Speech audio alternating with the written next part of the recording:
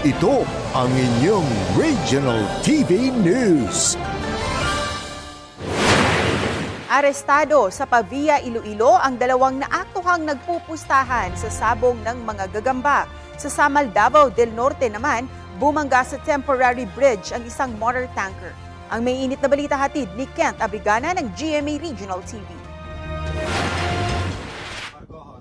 Nayupi ang gilid ng isang motor tanker Tony Dominic matapos itong bumangga sa temporary steel bridge ng Samal Island Davao City Connector linggo ng madaling araw.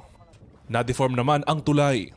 Ayon sa Coast Guard District Southeastern Mindanao, galing umano sa Iligan ang motor tanker na may kargang halos 1,000 toneladang coconut oil.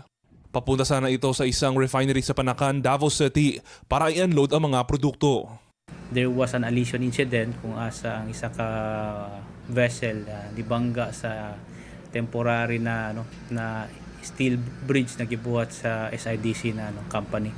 Ayon sa Coast Guard, sinabi ng operator ng motor tanker na hindi nila nakita ang umiilaw na boya, rason na nabangga ito sa steel bridge. Based doon sa claim sa barko, during that time na nagkaroon ng insidente, the master claim na wala day ilaw during that time. Wala rin nila silang natanggap na notice to mariners mula sa Coast Guard. Pero ayon sa Coast Guard, mayroon silang inirelease na notice to mariners noong Biyernes para ipagbigay alam na may sinasagawang construction sa lugar. Nakatakdang mag-usap ang Coast Guard at contractor ng nasabing tulay para malaman kung sino ang mananagot sa nangyaring insidente. Wala namang nakitang oil spill. Patay sa pamamaril ang barangay chairman at kanyang asawa sa Sultan Kudarat, Maguindanao del Norte. Batay sa investigasyon, pauwi na sana ang mag-asawa ng pagbabarilin ng nasa 6 na mga sospek. Narecover sa crime scene ang mga basyo ng bala ng mataas na kalibre ng armas. Patuloy ang investigasyon sa motibo sa pagpatay. Patay rin ang isang barangay captain sa Isulan, Sultan Kudarat matapos barilin.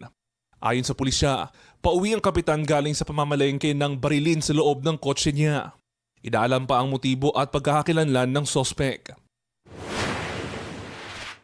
Arestado ang dalawang lalaki sa anti-illegal gambling operation ng Pavia Police sa Iloilo. Nahuli sila sa aktong nagpupustahan sa sabong ng mga gagamba. Nakatakas naman ang ilan pang sospek. Nakumpiska ang mahigit 1,000 pesos na halaga ng pusta at mga kahon ng posporo na lalagyan ng mga gagamba. Ayon sa Pavia Police, mahaharap sa kasong illegal gambling ang dalawang sospek. Hindi na sila nagpaunlak ng panayam sa GMA Regional TV.